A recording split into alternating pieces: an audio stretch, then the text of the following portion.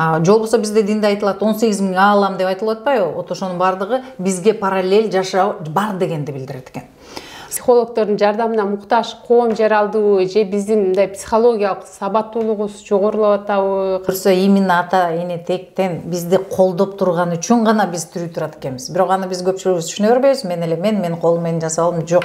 Анан атанын тагдырын баласы, эненин тагдырын кызы кайталай берген. Инсульт болсо деле атасы апасы болду эле болду. Анда кайталайт. Бул деле туура нерсе, себеп дегенде генге ал жазылып калган. Эмне үчүн атасы инсульт болгон? Эмне үчүн апасында буту ооруп, кызында буту ооруп, анын да кызында буту ооруп атат? Себеби ата-энебизди кантип карабай кое алабыз? 100 миң таап атам, силер 100 миңдин жытында көргөн эмессиңер.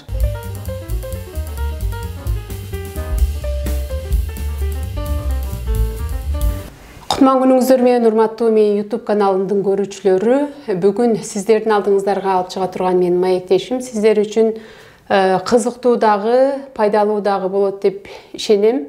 Коногум менен сиздерди тааныштырсам, кванттык психолог, коуч, мотиватор Чолпон Серкебаева. Саламатсыздарбы? Саламатсыз.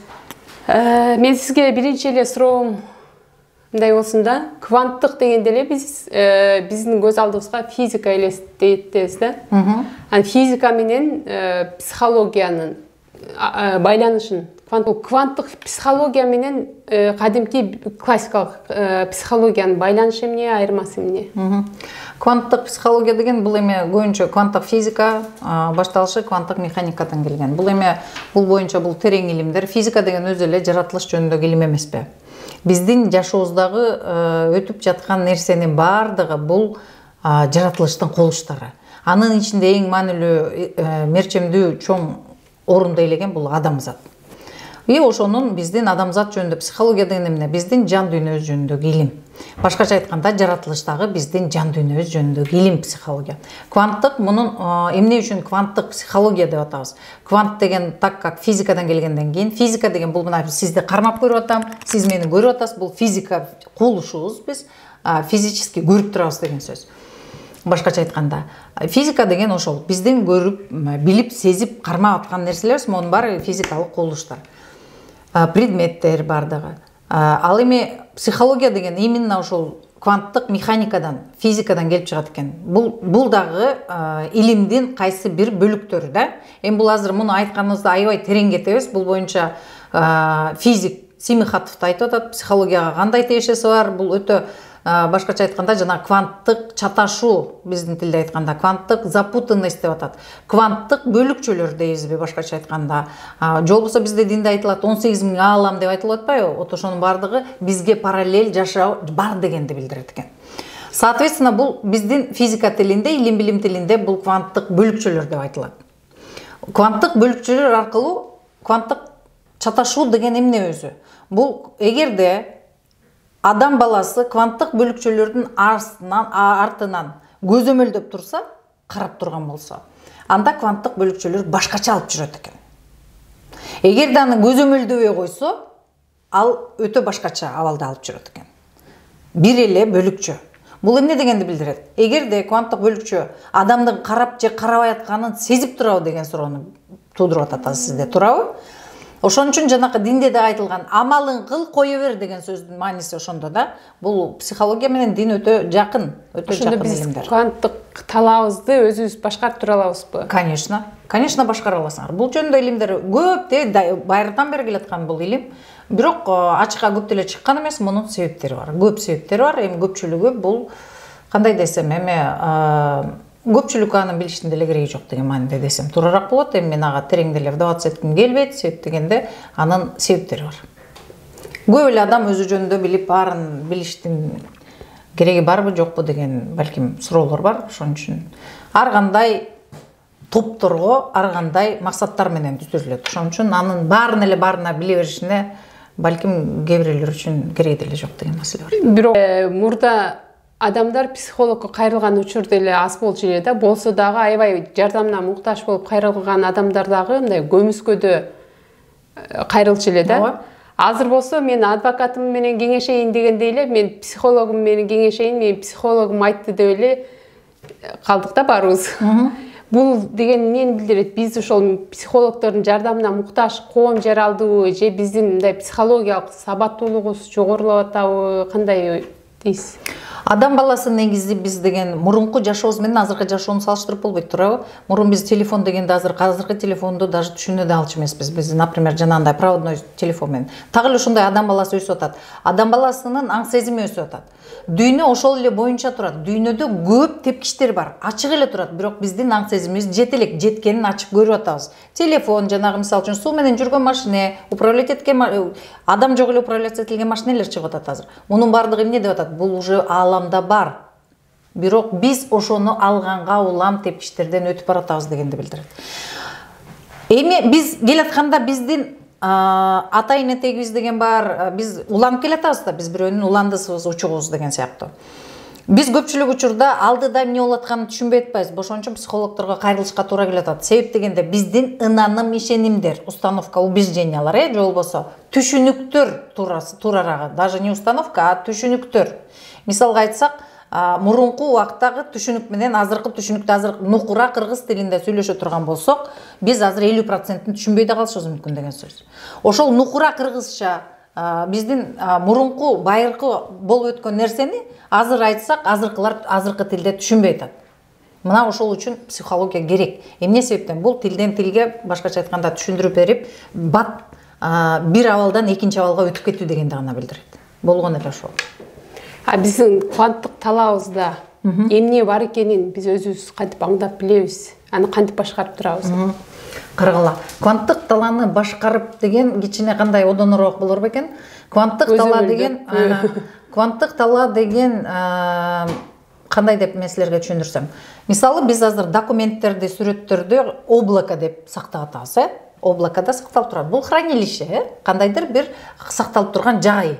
Биз жөнүндө информация, мисалы үчүн сүрөт, пүйрөт, документ, муну биз 20-100 жылдан кийин деле кодту бассак, ошол документти алып чыга алабыз. Но бирок ал облако каякта сиз көрсөтө аласызбы мага? Азыр кай жерде турат? Билбейсиз да. Вот мына ошол кванттык хранилищелер, башкача айтканда. Азыр уже илимдин тили менен жанагындай облакода сакталып турат, тиякта, биякта деп атабыз. Так эле ошондой биз мисалы үчүн ошол облакага сактап атабыз. Ал облакага эмне менен киребиз, мисалы үчүн? Кантип ойлойсуз? Сиз кантип киресиз облакодан документ алыш үчүн? Функциялар бар. Код менен киресиз, туурабы? Кодту басканда гана сиз гана билген код бар. Ошон менен мен кире албайм сиздин облакага. Башка кишилер эч ким кире албайт. Туурабы? Только сиз кире аласыз. Ошон үчүн жанагы кодовое слово, код деп аткан ошол. Сиз кодту тересиз да, Америкада болосузбу, Африкада, Австралияда болосузбу, любой жерден кодту терип, ошол облакодан керектүү маалыматты алып чыга аласыз, туурабы? Ошол сиз сактап койгондо. Так эле ошондой биздин ата эне тегибиз баардык дүйнөдө болуп аткан нерсенин баары ошондой хранилищеде сакталып турат. Единый поле. Бул сиздики өзүнчө, меники өзүнчө эмес. Биз баарыбыз квант деген эмне? Бул баары биригип бүтүн дегенди түшүндүрөт. Түшүндүңүзбү? Сиз дагы бул дүйнөгө жөн эле келген жоксуз. Мен дагы бекер келген жокмун. Ушул жакта айланабызда турган нерсенин баары жөн келген жок. Биз баарыбыз биригип бир ааламды түзүп турабыз дегенди түшүндүрөт.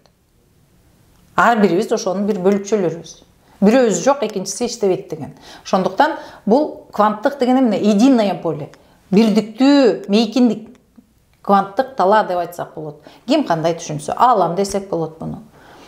Ошол облако сыяктуу эле баардык нерсе ошол жерде сакталып турат. Так эле ошондой кванттык талаага ар бир адам кире алат.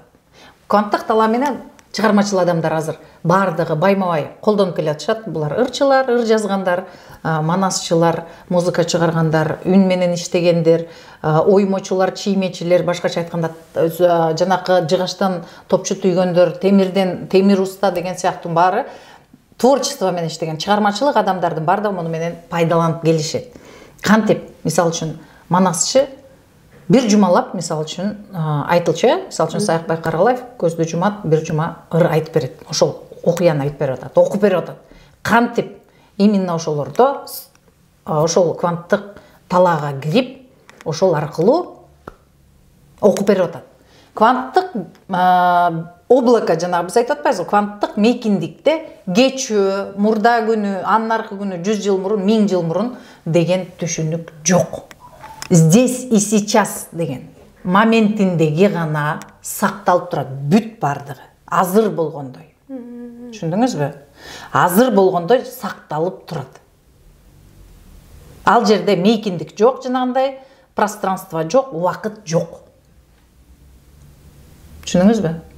Биз дагы кандайдыр бир адамдык ойлонуу менен, башкача айтканда, бүгүн эртең деп түшүнөбүз. Бирок эртеңди сиз кармай аласызбы?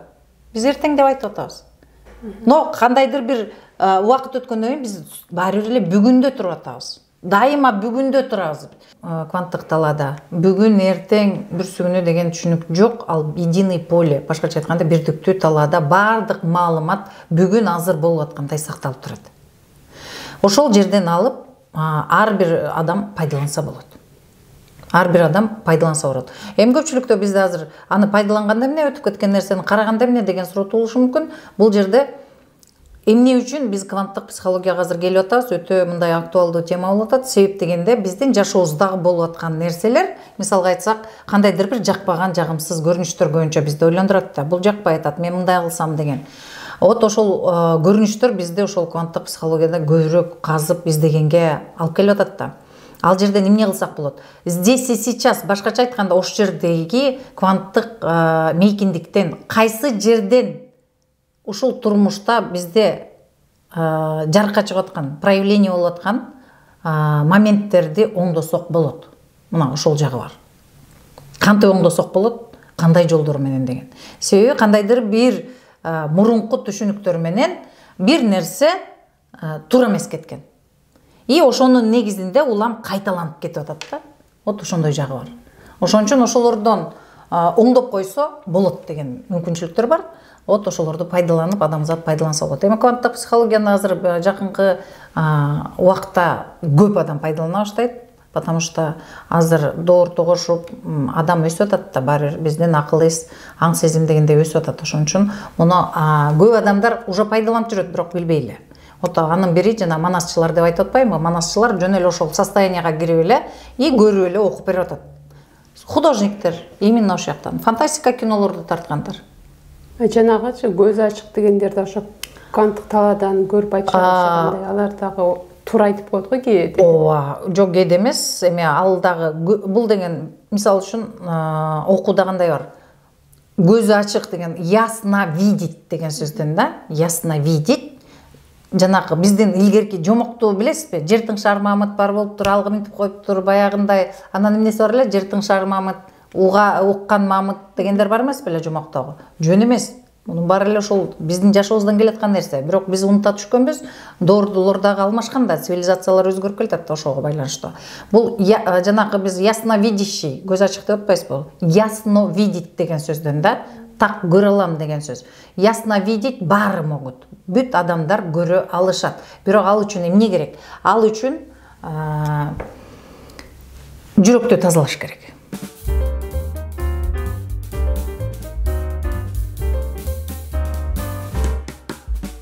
Айтып атышат да, кванттык психологдор биздин жашообузга ата тектин тийгизген таасири чоң деп.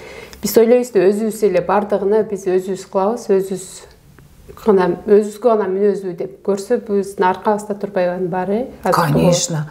Мен деле мисалы үчүн бир убакытка чейин эме баягы калп айтканда, эмне биз баарыбыз атеисттер чоң айткан, менин атам баягы сайыз угандагылар баары эле атеизм менен чоң айтканбыз, но кийин мен аябай терең окуп муну карап баштаганда ата эне тек мен деле ойлочумун, эми жети ата тек, жети эне текти билесиңби деп ар кандай сөз болуп калганда ойлочумун, эми бул жети ата тек, эне текти билгенде эмне? Болуптур да болуптур, жок алар.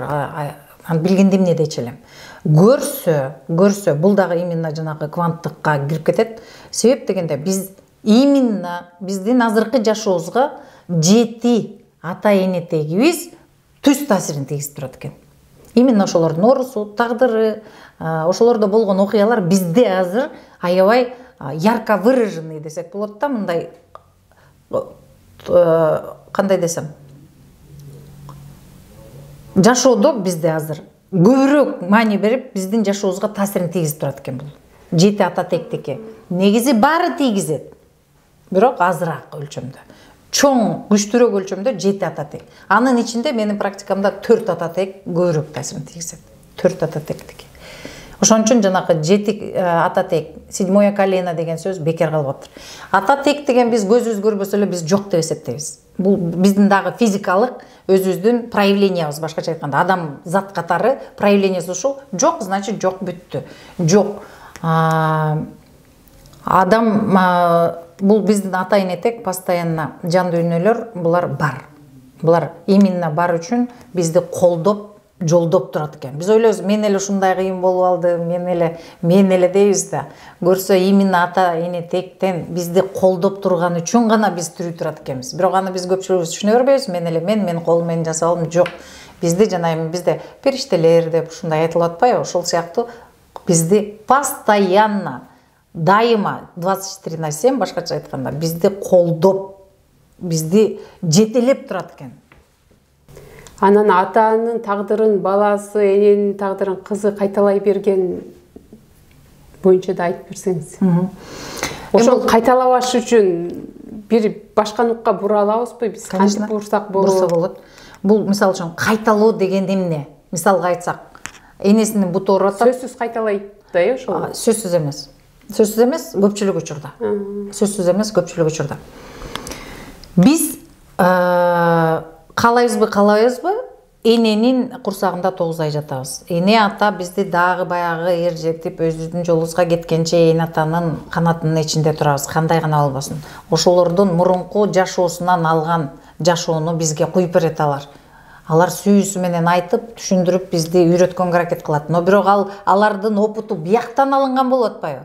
А биздин жаңы жашоо бир жерде болуп атат. Көрдүңөрбү? И соответственно бул биздин эне атабыз бизге куюп атат. Биз өзүбүздүн балдарга үйрөтөбүз деп куюп атабыз. Алар өзүнүн баласына куям деп атат.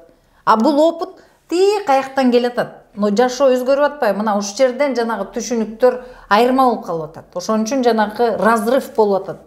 Шаблон эки айрылып кетип атат. Ошон үчүн элдин баары эми көп китептер баягы 14-кылымда жазылган. Нукура балким тилде ал дагы туура айтылып аткандыр. Бирок азыр түшүнө албай жаткан чыгарбыз. Же ал тилди түшүнгөндөр биздикин түшүнбөй аткан чыгар деген сөз да.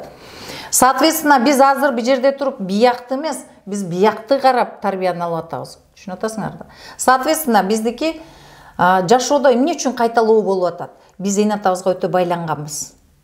Каалайбызбы, каалабайбызбы? Биз сүйүүбүз менен аларды кайталаганга аракет кылабыз. Гендер менен берилет атпайбы? Жана ДНК менен бул гендеринде бар экен деп коет. Мисалы үчүн инсульт болсо деле атасы апасы болду эле болду. Анда кайталайт. Бул деле туура нерсе, себеп дегенде генге ал жазылып калган. Эмне үчүн атасы инсульт болгон? Эмне үчүн апасында буту ооруп, кызында буту ооруп, анын да кызында буту ооруп атат? Себеби эмнеде? Эмне үчүн кайталанып баратат? Түшүнүксүз. Так вот, бул апасында кандайдыр бир бул оору деген каяктан жаралат? Чечилбеген кандайдыр бир эмоция менен жаралган окуя болгон. Окуя. Түшүнүп атасыңарбы? Окуя именно. Ситуация болгон. Ошону чече албай, мисалы үчүн бир учурда биз талдап чыккан учурда, бир эже бутум ооруду деп келди, талдап чыкканда кандай болуп атат? Буту ооруп баспай атат, бутун карап атабыз, бул оору, туурабы? Оору деп түшүнүп атат. Жакшылап талдап караганыбызда, ошол оорунун алдында ал мисалы үчүн жакшы көргөн үй бүлөсүндө жакындары өтүп кеткен. Өтүп кеткенде ошол учурда алар бири-бирине мисалы үчүн ал өтүп кетти, а мен тирүү калдым деп кандайдыр бир өзүнө күнөөлүү сезим алып калат. Мындай учур жашоодо өтө көп. Күнөөлүү сезим алгандан кийин, күнөөлүү сезим деген бул сезим, энергия. Сиз сезимди көрө аласызбы? Только сезе аласыз. Конечно. Сезе аласыз, но көрсөтө албайсыз көзүңүз менен. Сезе аласыз. Вот ошол сезим, мен жашап атам, тигил өлүп калды. Жол болсо дагы бир ситуация болду, дагы бирөөндө баягы кичинекей чагында сууга түшүп атып, бир тууганы чөп кеткен да. И күнөөлүү сезим алып, мен сактап кала алган жокмун деп туруп гана анан өзүн наказывать этип баштайт. Башкача айтканда жаза берип баштайт. И ошондо качан гана буту ооруп баштаганда ошол сезимди бутка жайгаштырган. Түшүндүңүзбү? Бутка жайгаштырган. Сезим дагы биз мисалы үчүн сиз айтасыз, тамагыма камок туруп калды деп. Оозуңузда ачсаңыз камок жок да. Туурабы? Бирок камок турат, сиз сүйлөй албай атасыз кыйкылдап. Бул энергия. Ооба биздин көзүбүз көрбөй эле, но бирок энергияны сезип атасыз да. Мына ушул жерден квант башталат. Жана квант жок дегендерге. Анда камок каяктан пайда болду деген сөз да. бул кванттык явлениялар, кубулуштар. Соответственно, бул комок ары бери жүрүп, бул күнөөлүү сезип атат да. Ары бери жүрүп, ар бир адамдыкы кайсы жери органы бошураак болсо ошол жерге жармашат. Ошол жерде жашай баштайт. Анткени ал унутпайлы да. Адам эгер ошол убакта унутуп ийсе ал чыгып кетмек. Ал унуткан жери жок. Ал бир жерине коюп койду, бир жерге. Соответственно, ал туруп 1 жыл өттү, 5 жыл өттү, 10 жыл өттү, ал сразу проявление болбойт негизи. Бир канча жылдан кийин чыгат. Жана оорунун баарынын башы тиги төркүнү өтө алыс. Анан ал айтып атат, бирде ооруп коет, бирде ооруп коет, бирде ооруп коет. Ал айтып атат, мен сага SMS жиберип атам. Бирок сен окуй атасың. Анда сага көрүнтүп бир нерсе чыгарып берейин. Окуялар, даже оорулардын бардыгы, көпчүлүк нерселер бул бардыгы психологиядан келип чыккан нерселер экен. Жанагындай даже туура эмес иштер болуп калганда дагы мурунку жашоодо мисалы үчүн согушта болду. Мен мисалы үчүн тайтам согушка катышты. Балким мен тарыхын деле билбейм. Балким аны мисалы үчүн өкмөт тигини өлтүрүш керек деп өлтүртүп атат да. Вот бирөөнүн канына забын болуп калганда дагы кийинки жашоодо тескерисинче кайталанат экен ал. Себеби анын ошондой бизге баягыдай жазылып жазылбай берилген мыйзамдар бар экен. Жашоонун мыйзамдары деп айтылат. Ал дагы бизде окууларда бар. Жашоонун бизге берилген жазылып жазылбай берилген закондор, мыйзамдар бар да. Вот ошолор иштейт экен. Биздин тегибиз эмнелерди кылганын билбейбиз да, ошолорду кантип билип өзүбүздү өзгөртсөк болот. Бул үчүн эме талдоо керек. Кандай мисалы үчүн бар эле айтат, кантип оңдойм. Эң биринчи ата энеңердин балалык чагын сурагыла. Жакшылап отуруп, жакшы чайды кайнатып алып, жакшы көңүл менен отуруп, ата апа, сиздин бала чагыңыз кандай өттү эле? Вот ошол жактан караш керек. Чоң эне чоң ата, тайне тай ата бала чагын сурагыла. Көпчүлүк учурда биздин жашообуз так эле ошолорду аты бөлөк, заман бөлөк, калганы бүт ошондой кайталанып келет. Аны жана да айтып өттүңүз го. Эми ата эненин үстүнө биз ата эне болуп алып мээрим төгүп атып. Деп анан бизде эми сиңип калганда биз ата энебизди кантип карабай кое алабыз? Ата энени карабай койбош керек, караш керек ата энени. Ата энени караганда биз алардын бийиктигин көрүп карашыбыз керек. Бул жерде маселе башка да, дагы сезимде жатып атат. Көрдүңөрбү? Сезим канча жерлерге жооп берип атат. Биз кандай карап атабыз? Биз ата энеге мындай карап атабыз. Үсүртөн, мен акча таап атам. Сен пас болуп калдың.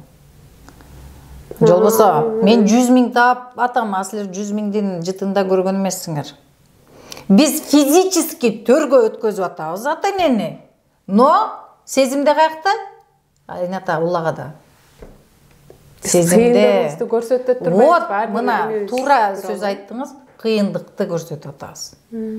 Мен кылдым, менин колуман келди деген. А сүйүү менен бул такыр башка нерсе. Түшүнүңүзбү? Илгери эстесеңиз, мисалы үчүн баягы аксакалдуу биздин аталар болчу эле, айылдарда эстеп калсаңыз азыр мурунку заманда аларды койчубу, жолбосо кандай адам болбосун, кандай кийинип турганына карабай төргөткөзчү элек, искренне болчу бул. Ошон үчүн да кыргыз сакталып калган. Себеби мурун ошол иерархия деп коебуз, бул баягы улуу келген муун бизден жогору турат. Биздин эн атабыз бизден жогору турат. Туурабы? Жок дегенде 20 жаш бизден улуу да. Жогорубу? Жогору улуу. Анын эн атасы дагы андан жогору турат. Ошондо кийинки келген муун улам ылдый жактан орун алыш керек. Кайсы убакта туура эмес болуп калып атат. Биздин эн атабыз ордунан түшүрүп жиберип атабыз. Көпчүлүк учурда ата энеңер кайда деп сураганда, байкуш атам ооруйт, байкуш энем, байкуш деп кимди айтабыз? Ким байкуш деп айтабыз? Байкуш деген менден кичинекей деген сөз, туурабы? Биз сүйүүбүз менен эмес. А эн атабыз дагы эмне үчүн ооруп атат? Алар өзүнүн эн атасына капа болуп калган, таарынып, кандайдыр бир эмоция алып калган, ошол чыкпай калгандагы башкалардан эме сүйүү деп коебуз, эн атанын сүйүүсүнө гана. Бул жерде сүйүү гана эн атанын сүйүүсүнүн аздыгынан, жетпегенинен, түшүнүктүн жоктугунан көбүнчөсү. Эмне үчүн эме эн ата болгон сүйүүсүн берет. Кандай болсо дагы, бир кашык болсо дагы ошонун балдарынын баарына берет. Ошол эн ата урса дагы сүйүүсү менен урат. Анткени аны жашоого үйрөтүп атат. Ал эн атасынан ошону көргөн, ошону көрсөтүп атат, баласына үйрөтүп атат. Болгон эле. бүт эне ата сиз мисалы үчүн балаңызга любой нерсени сүйүүңүз менен алып келесиз, сиздин түшүнүгүздө. Бирок ал сүйүү кандай энергия менен берилип атат, вот ошондо келип жатат да. Энергияда. Каалайбызбы, каалабайбызбы, бардык нерсе энергиядан башталат. Эгерде бизде азыр энергия, бардык нерсе болуп энергия жок болсо бүттү. Эч нерсе кыла албайбыз, туурабы? Ошондуктан бул көп нерсе, көп терең илим да. Эми бул өтө терең илимдер. Бирок эми баягы биздин баягы жашообузда пайдалана турган нерсе. Бул эми жашоону жакшырта турган нерсе да, туурабы? Бул жерде эч кандай эме жок. Болгону гана жашоону жакшыртыш керек. Психология бул акчага, финансыга прямой влиять этет. Почему? Азыр акчага ала албай аткандардын, көбөйтө албай аткандардын загвоздкасы, кедерги болуп аткан бул качандыр бир убакта акча менен байланышкан мурунку дагы эле ата энетекте кандайдыр бир окуя болушу мүмкүн. Акчасын урдап кеткен, ошон үчүн коркот. Азыр байкасаңар деле өзүңөр эмнеден акча дегенде эмнеден коркосуңар? Вот ошол мурунку тектерде кайталанган нерселер. Акча үчүн балким бирөөнү өлтүрүп койгон учурлар болгон. Же болбосо акча үчүн жана кулакка тарткандар болгон. Алар в моменте жана айтып атпаймынбы кванттык бөлүкчө деп. Кванттык бөлүкчө аркылуу баарына таратып атпайбы балдарына в моменте. Акча барабар өлүм. Мен акча үчүн, байлык үчүн өлүп атам. Байлык биздин тукумга болбойт. Биздин ата тек энетек деп атпайбызбы? Биздин ата энетекке эң маанилүү биздин уланганыбыз. А кандай жашап уланат? Это уже кийинки суроолор. Эң биринчи суроо тек үзүлбөй уланыш керек. Ошону карайт ал. Кандай сапатта, мисалы үчүн, ал уже ооруп атасың, бакчаң барбы жокпу, ал кийинки суроолор да. Эң биринчи бул ата энетектики биздин тирүү андан ары улашыбыз керек. Анткени бул целый система, мындайча айтканда. Да, ооба биздин көзүккө көрүнбөйт.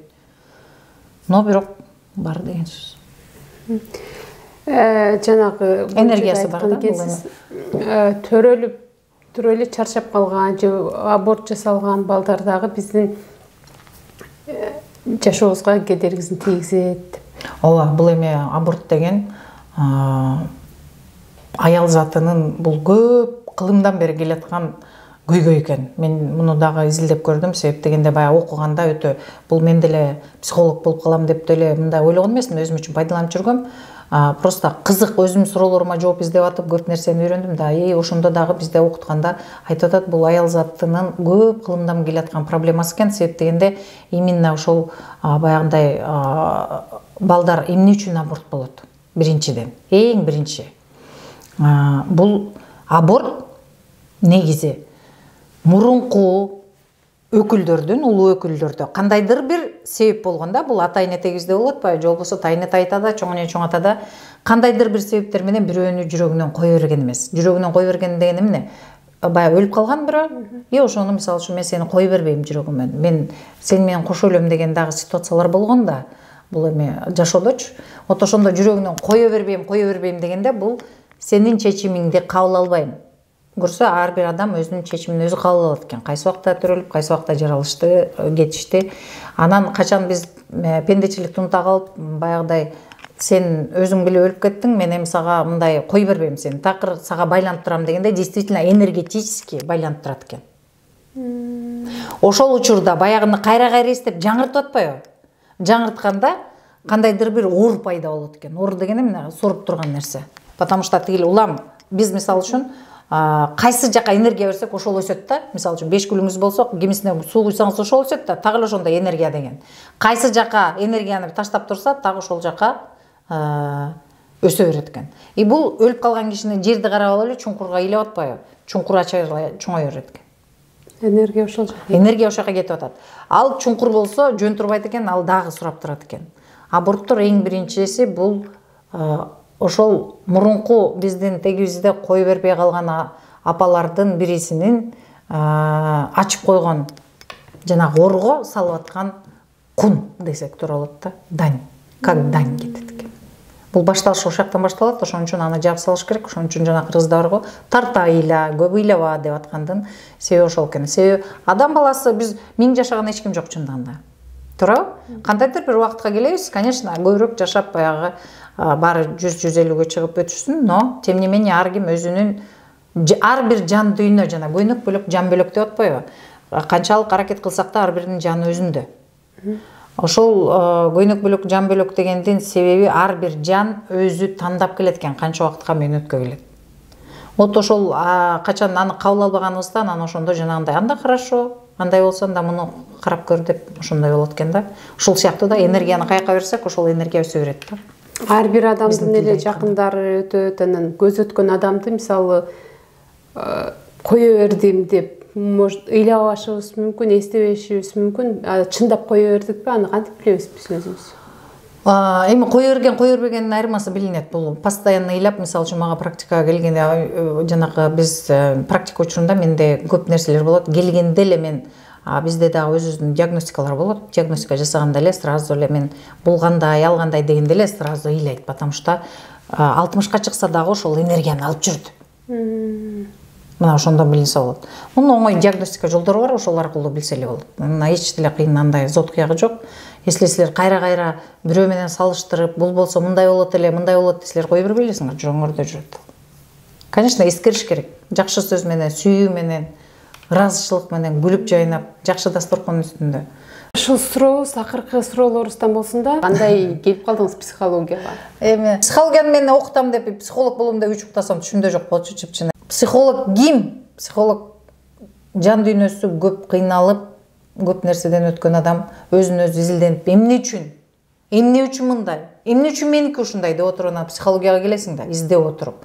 Мен өзүм үчүн эле келгем, чындыгында психологияны вообще мен мисалы үчүн үч уктасам түшүмө кирген эмес, психолог болом деп.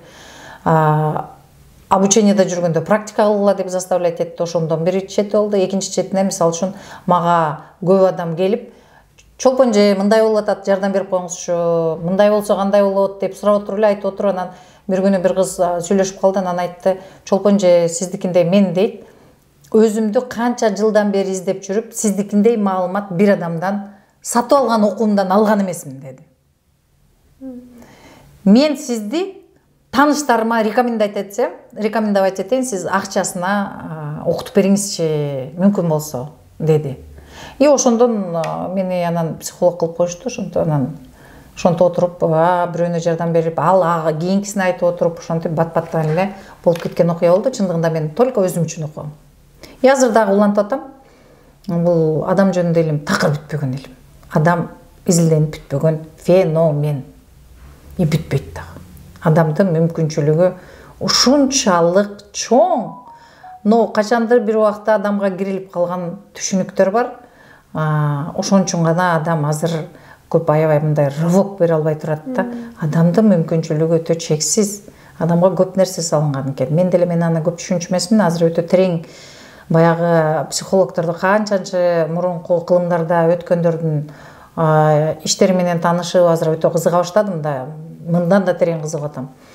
Ошон үчүн бул өтө терең илим экен. И адамдын мүмкүнчүлүктөрү өтө чексиз. Вот ошондон анан баштап мен окутуп калдым. Азыр адамдарга мындайча айтканда алипе десек болот. Алипе сыяктуу эле бул интенсив 10 күндүк. Тарыныштар, күнөөлүү сезимдер менен иштейбиз. Ал жерде эмне болот? Тарыныш, күнөөлүү сезим деген эмне? Бардык болдун башында ошол турат. Бала кичинекейден, жаңы төрөлдү, 1 жаш, 2 жаш, эмнени билет? Тарынганды эле билет ал. Капа болгонду билет, уруп койсо капа болот, эмоцияны гана билет ал. Тем более төрөлгөн бала көп информация менен келет өзү. Биз жаап таштайбыз, эн аталар. Биз билебиз депчи, мындай да. Мисалы үчүн мындай алсак, бир силерге көрсөтөйүн да. Биякта биздин чоң эне чоң атабыз, ата энебиз биз төрөлдүк, Бала көрдүңөрбү? Бул жолдун баарын басып өтүп төрөлүп атат. Анда бул информация каким-то образом уже бар ДНК-сындачы муну. Бизден дагы умныйраак. Конечно. Но биз каяктан алдык тарбияны? Биз бияктан алдык да. Булар каяктан алды? Булар тияктан, чуть ли не Адам Евага чейин барат, если касып келсе, чын-чынын алганда. Ну, алыс деген сөздү билдирет. Бул доор менен бул доорду салыштырып болобу азыр? Мүмкүнбү? Мүмкүн эмес да. Но бирок ошону биз кайра буга куюп атабыз, болбой. Буну бул бала биякты карап өсөйүн десе, бери кара, мен билем деп туруп буга муну куюп берип атабыз. Түшүнүп атасыңарбы? И соответственно балада непонятие болуп атат. И ошондон блокировать этип атабыз. Муну дагы сүйүүбүз менен кылып атабыз, билишинче биз жакшы кылабыз деп эле. Бул жерде мисалы үчүн бирөөнү бул жаман, бул жакшы дегенде эмес кеп. Факт имеет место быть. То есть бул уже болду деген сөз. Биздин эне атабызда азыркыда ушундай окуулар болгондо окуп бизди жаңы деңгээлге чыгармак. Чындыгында азыр бул биз жанагындай байлык эмес, жакшы мурас калтырышыбыз керек экен, ген калтырышыбыз керек экен. Жанагындай ооруну, капачылыкты эмес.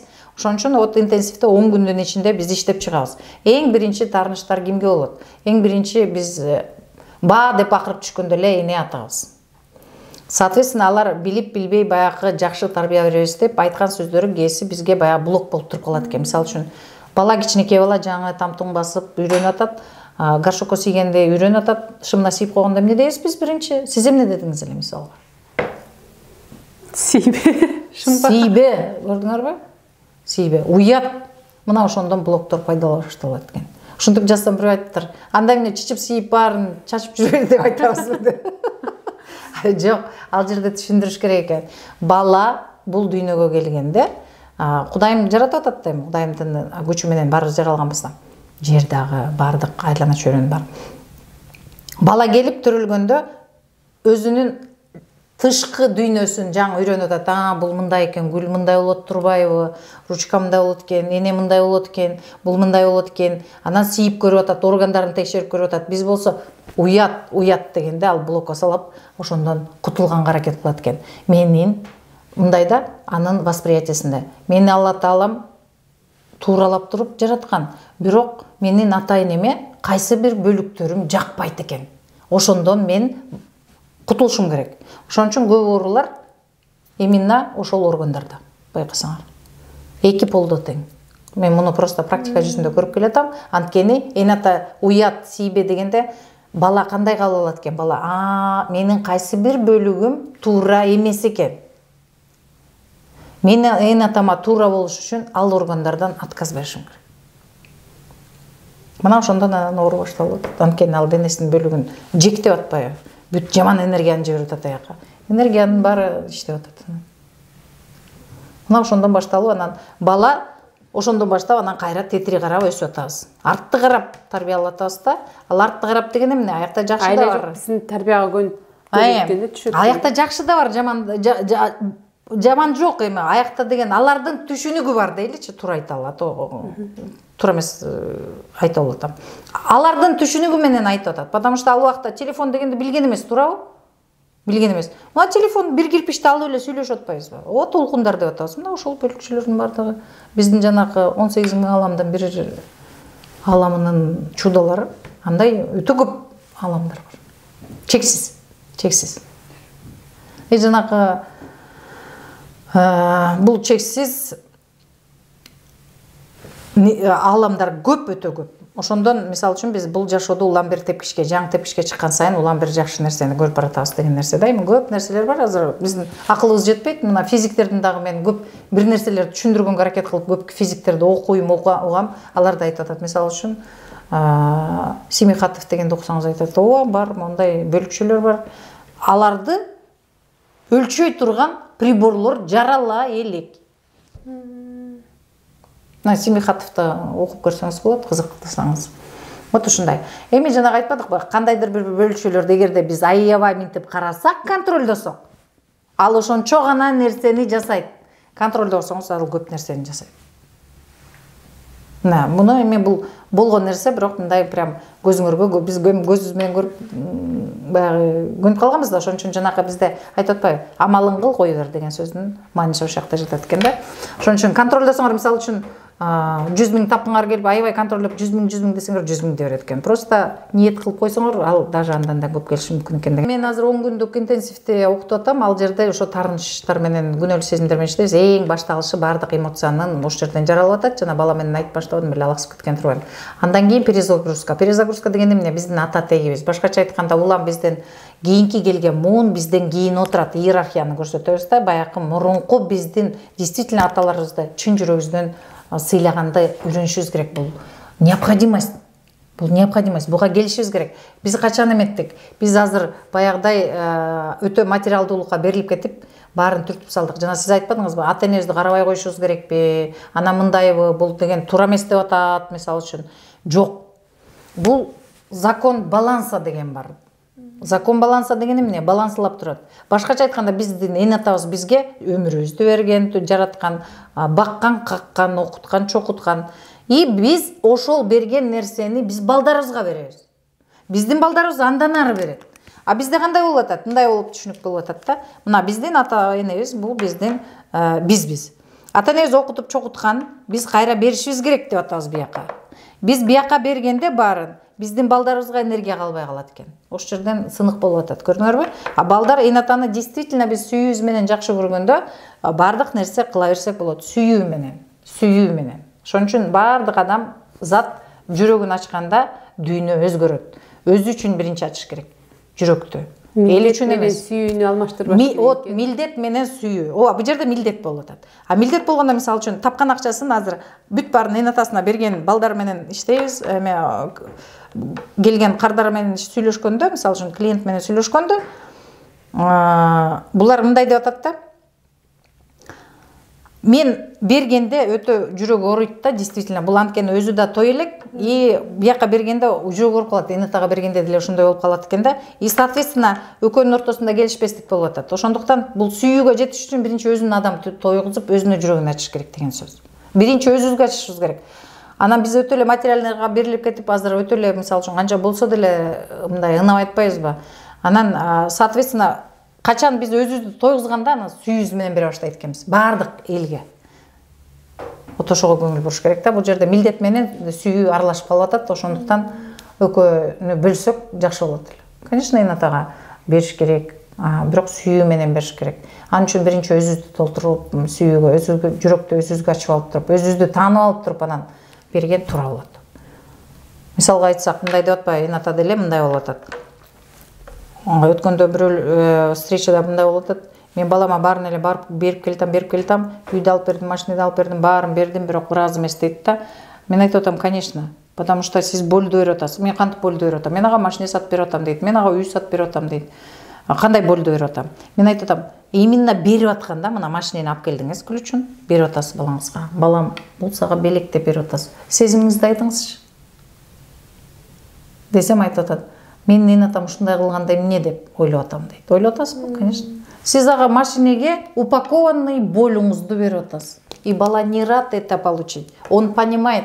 Бизде мындай кыргыз тилинде жалпак тилде айтканда биздин физический жүзүбүз бар, азыр жылмайып отуруп сүйлөп атабыз, бирок ичибизде эмне эметип атканын биз өзүбүз билебиз. Ичибиздеги энергетический бул. Когда биз жүзүбүз менен мына балам подарка деп атканда, энергетический айтып атат, эх, бул менин жүрөгү оорум балам. И бала алгысы да келбейт андай белекти. Алганда ал сразу жүк алат. Жана мен оор сезип атам деп атпайбы адам? Бут энергияны сезип атпайбы? Загрузка курста именно ошолорду окуйбуз. Ата тек, эне тек, иерархия, закон баланса, кандай туура болуш керек. Эми азыр мен түшүндүрүп атканда балким мен түшүндүрүүмдү дагы аябай терең жеткизе албай калдым. Вот ошону окуудан окуш керек да. Азыр кээ бири мисалы үчүн чала түшүнүп алышы мүмкүн. Ошондуктан баягы эми 1 саатта баарын берип бүтүшү мүмкүн эмес го. Мен мисалы үчүн тынбай окуп атам азыр. Мен 24 саат азыраак болуп атат мага чындыгындачы. Себеп дегенде жетишпей, ушунчалык сонун маалыматтар көп, бирок доступта жок. Вот ошолорду бергенге шашам да мен аябай. Ошондо мен дагы кыздар урушат, сиз тим эле жанталашып сүйлөшөсүз, как будто баарын тойгуза салчудай болуп шашпай эле сүйлөсөңүз депчи. Ушунчалык көп маалыматтар бар, ушунчалык кызык маалыматтар бар. Ошол перезагрузка курста андан кийинки тепкичи бул перезагрузка. Бул тепкич менен өтүш керек да негизи. Бул өтө важно. Почему? Потому что биз жанакы корозду шыпырсак үйүбүз таза болот деген сөз да. Ошол жактан баштайбыз. И андан дагы терең дагы уровеньдер бар. Негизи азыр экөө пока интенсив перезагрузка менен эметип атабыз. Окутуп, результаттары аябай жакшы. Мисалы үчүн, балдар төшөккө тийген балдар токтоп калды. Аллергия деген акчасы 2-3 эсе өскөндөр. Мунун баары жанагындай көрдүңөрбү? Психология менен байланышып токтоп калган булактар. Ден соолук булагы болобу, акча булагы болобу, мамиле булагы болобу, баары биздики бир жактан келип атат да, вот ошонун баарына таасир этет. Баарына психология таасир этет. акчага возможностьтер өтө чоң. Эми бул мен билгендер мындай эле чекеси эле, мен кыйын эмес, мен деле Алла Тааламдын бергенин эле түшүнгөн, билген, окуганымды билишип атам да. Болгон эле ошол. Аякта андай өтө терең билимдер, илимдер бар. Ошон үчүн болгону бир мындай кандай десем, жол көрсөтүүчүсү десем туура болот. Алла Таалам берген баягы билимдер, ошол билимдер менен эле бөлүшүп атам деген сөз. Тышкарыдагы диагностика кылабыз. Диагностика 5-10 мүнөттө эле боло турган нерсе. Мисалы үчүн адамдар келет, менин мындай болуп, тигиндей болуп, кайненем менен урушуп, анан тигиндей күйөө менен урушуп атам, ушундай жакшы болбой атам. Мээ каалаганын айта берет. Мээ өтө умный орган. Ошон үчүн ал өзүнө жаккан нерсени айттыра берет, а причина такыр бөлөк жакта болот. Ошон үчүн аны анча көп деле эмес, диагностиканын көп түрү бар. Кимге кандай туура келсе. Ал фантазия, чындыгында ал фантазия, туура айтып атасыз. Мен өзү каалаган нерсесин айта берет каалагандай. Түпкү биздин ойдо эмне турат, это разные вещи. Экөө эки башка нерселер. Вот ушундай, андан тышкарыда ошол диагностика аркылуу талдап, диагностикасын чыгарып, аны дагы ошол учурунда оңдоп койгон жаңы состоянияга киргизип койгонго болот да. Эмне себептен ошондой болгон? Эми анан көпчүлүк учурда сөзгө маани беришибиз керек. Көп нерсе сөздөн куралат. Биз сиз менен сөз аркылуу, үн аркылуу, башкача айтканда, үн аркылуу сүйлөшүп атпайбызбы? Ошон үчүн жана музыка, үн, сөз дегендин бардыгы бул өтө көп информацияны, маалыматты алып жүргөн нерселер. Ошого маани беришибиз керек. Бул эми өтө көп кырдуу, сырдуу темалар. Рахмат чоң, Чолпон айым. Урматтуу көрүүчүлөр, бүгүнкү маегибизден көп пайдалуу нерсе алдыңыздар деп ойлойм. Эгер бүгүнкү тема жөнүндө ой пикирлериңиздер болсо, суроолоруңуздар болсо, сөз комментарийге жазып коюңуздар. Чолпон айым менен дагы мүмкүнчүлүк болсо байланышып, көп нерселерди суразак болчудай окшойт. Карашы, эчтеке өз айтмакчы, эчтеке ала алган жокпуз, чекесин гана. Муну биз бир күн отурсак биз чекесин ой албайбыз. Бирок ушунчалык сонун маалыматтар бар, ушунчалык адамдын мүмкүнчүлүгү чоң. Менин миссиям эмне деп ойлойсуз? Менин миссиям ушу максималдуу түрдө көп адамга маалымат берип, ошо жашоосун жакшы жакка өзгөртсө да. Эмне себептен? Потому что канчалык адамдын жан дүйнөсү байыса, ошончолук биздин биринчи жер планетабызга жеңилдик болот. Бири-бирибизге болгон мамиле жакшы болот. Биз ойлойбуз, тигил жок болсо мен жыргайт элем, бул болсо мындай, жок, андай эмес. Биз баарыбызга керекпиз квантта ошундай. Ошон үчүн жаралганбыз. Ушундай түшүнүш керек. Но бирок биздин айлана чөйрөбүздөгү маалыматтардын баары бизге жакпаган кишилер, жаккан кишилер, жакпаган окуялардын бардыгы биз өзүбүз жөнүндө гана маалымат айтып турат. Но бирок биз өзүбүз демектебиз. Мындай көрсөткөн жакшы көрөбүз. Биякта үчөө бизди көрсөтүп атканын байкабайбыз, башка подряд кете беребиз. Ошондуктан биздин айлана чөйрөбүздөгү болуп аткан маалыматтын баары өзүбүз гана жөнүндө. Бул биздин жашообуз өзүбүз жөнүндө. Бирок биз аны кичине баягы көз жаздымга калтырганбыз десек болот да, ушундай. Чоң рахмат. Саламатта калыңыздар. Саламатта калыңыздар. Сурооңуздар болсо, жазсаңыздар болсо керек. Мен дагы баракчамды белгилей кетесиздер да. Аяккатан дагы жазып, өзүңүздөрдү кызыктырган маалыматтарды алсаңыздар болот. Баарыңыздарга ыраазымын, сизге дагы ыраазымын.